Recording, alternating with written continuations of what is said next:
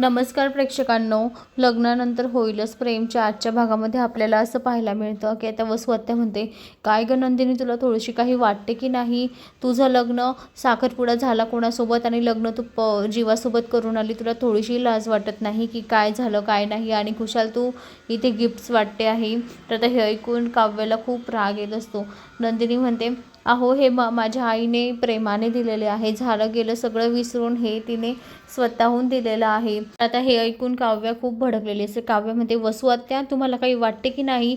तुम्ही माझ्या बहिणीला आत्महत्या करण्यासाठी सांगताय. ही जर कधी वेळ तुमच्या मुलीवर आली असती तर तुम्ही पण हेच सांगितलं असतं का की आत्महत्या कर म्हणून?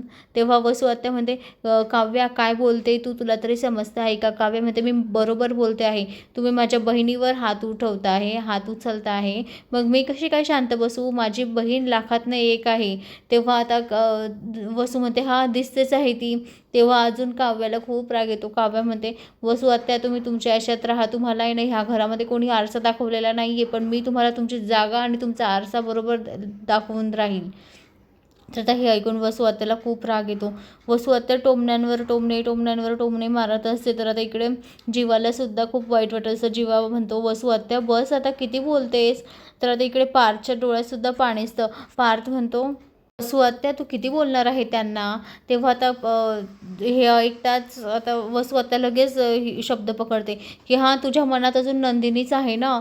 तरी बघ, तुला कसं काही समजत नाही. तुझ्या मनात नंदिनी असून ही वेगळंच चालू देते आहे, तरीसुद्धा ही जीवाला स्वतःचा नवरा मानते आहे, असं आता वसू आत्या म्हणते. तेव्हा आता हे ऐकून काव्याला परत राग येतो. काव्य म्हणते, वसू आत्या, तुम्ही ना जरा जास्तच बोलता आहे. तुम्हाला समजत कसं नाही हो? तुम्ही तीच गोष्ट. मी जेव्हापासून गृहप्रवेश करून आलेली आहे आम्ही दोघी बहिणी, तेव्हापासून तुम्ही आम्हाला टोमणे मारताय. एकसुद्धा संधी तुम्ही सोडली नाही आम्हाला टोमणे मारण्याची. काय चाललं काय तुमचं? तुम्ही ह्या घरामधल्या मोठ्या आहे, ठीक आहे, आम्ही तेही मान्य करतो, पण तुम्ही काही बडबड करणार आणि आम्ही ऐकून घेणार, असं बिलकुल चालणार नाही. तर आणि मी काही नंदिनी नाही आहे. तुम्हाला असं वाटत असेल की मी नंदिनी आहे, मी ऐकून घेईल एवढं सगळं. मी नाही ऐकून घेणार.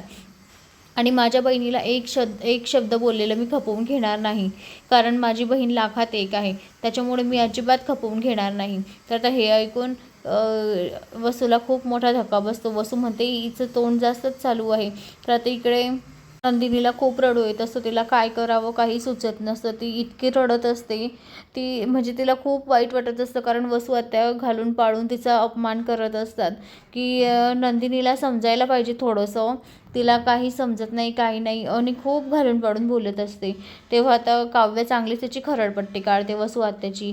तर ती काव्य वसू आत्याला म्हणते की हे बघ आत्या, तुम्हाला ह्या घरामध्ये कोणी बोलत नसेल, तुमचा मानपान करत असेल, पण तुम्ही आमचा इतका अपमान करताय, तर आम्ही का तुमचा मानपान करू? आणि कोण आहे तुम्ही? असं ती डायरेक्ट तोंडावर म्हणते. तर आता वसू आत्याचा सगळ्यांसमोर अपमान झालेला असतो. वसू आत्याची चांगलीच डोक्यातनं सनक गेलेली असते काव्यावर खूप सणकलेल्या असतात वसू आत्या. तर आता इकडे रम्याचाही जीव जात असतो, कारण वसू आत्याचा पदोपदी काव्य आता अपमान करत असते.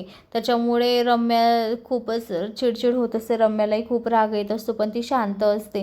ती अजून काहीच पाऊल उचलत नाही आणि काही बोलत सुद्धा नाही.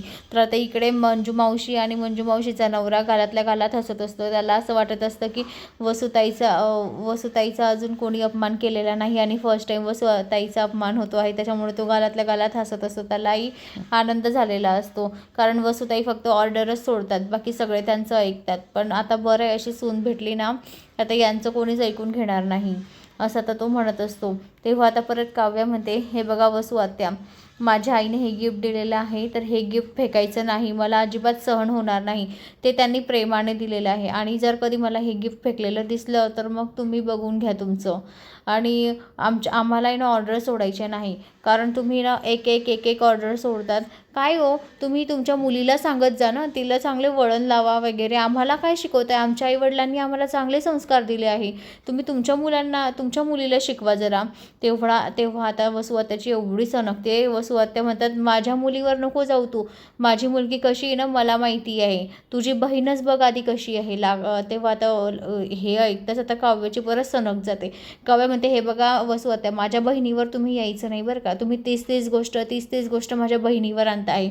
तेव्हा आता काव्य ते गिफ्ट घेते आणि जोरात वसू आत्याच्या हातात ठेवते. हे गिफ्ट घ्या आणि मला हे फेकलेलं अजिबात चालणार नाही. हे माझ्या आईवडिलांनी प्रेमाने दिलेलं आहे. आणि सणकन तिथून काव्य निघतेच. तर आता ही वसू आता परत ते गिफ्ट फेकणारच. तो आता काव्य तिच्याकडे रागातच बघते. तर आता वसू आता ते टेबलावर ठेवून देते आणि म्हणते, मानिनी, विक्रम, हे काय चाललं आहे? तुझी सून बघ कशी मला बोलून गेली. आजपर्यंत मला या घरामध्ये कोणी बोललं नाही आणि तुझी सून, काल येणारी सून, आज बोलून मला मोकळी होऊन जाते.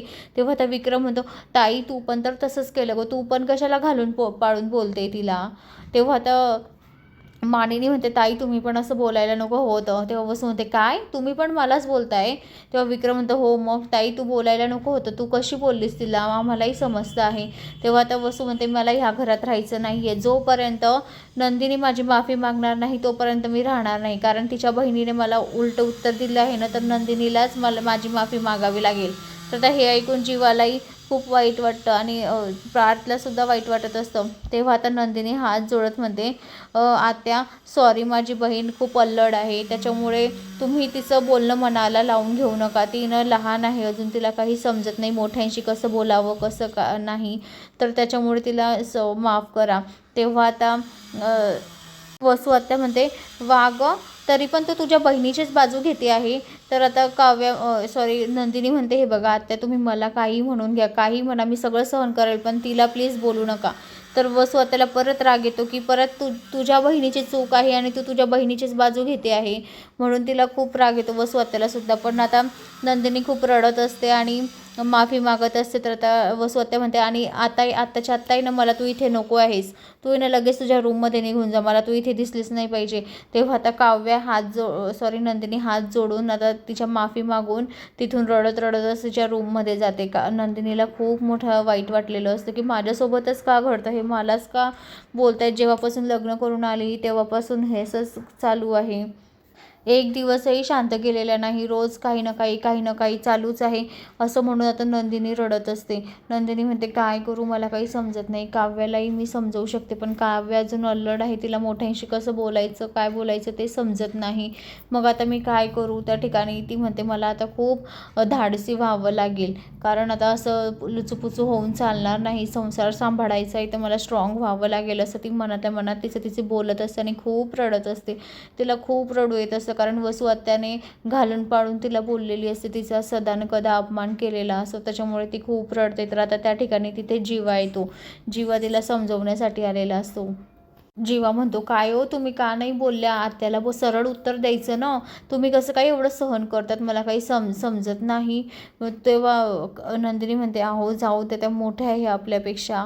तेव्हा आता जीवा म्हणतो, मी जर कधी असतो ना तुमच्या ठिकाणी तर मी राहिलोच नसतं, घर सोडून गेलो असतो, नाहीतर कुठे निघून गेलो असतो, पण मी घरामध्ये आलो नसतो. आणि तुम्ही खुशाल म्हणजे रडता आहे आणि ते रूममध्ये येऊन बसल्या, तेव्हा तुम्हाला सरळ उत्तर द्यायला काय झालं होतं. तेव्हा आता नंदिनी म्हणते की तुम्ही एकदम काव्यासारखेच आहे, कारण काव्य पण तशीच सडे उत्तर देणारी आहे, तोंडावर बोलणारी आहे. जीवा चिडतो आणि म्हणतो की सगळे काही जसे सारखेच नसतात. आता तो चिडतो आणि तो म्हणतो, हे बघा तुम्ही काळजी करू नका, होईल सगळं व्यवस्थित आणि रडूसुद्धा नका. तेव्हा आता नंदिनी त्याच्याकडे कपड्यांच्या खड्या करत असताना त्याच्याकडे बघते आणि हसते. तर मंडळी, अशाच मालिकेच्या नवनवीन अपडेटसाठी चॅनलला लाईक आणि सबस्क्राईब करा, शेअर करायला विसरू नका. धन्यवाद.